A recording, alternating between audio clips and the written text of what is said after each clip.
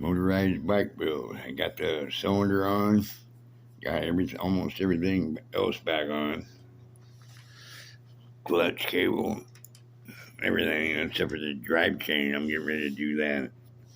But I keep on hearing people dinging me on the phone. I can't get nothing done.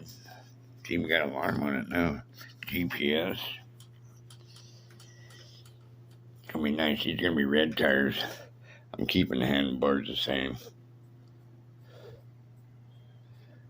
4-liter tank and modifier. That's ported to a G5. That sucker would probably go about 50 miles an hour. You don't do that on a bicycle. Not this frame.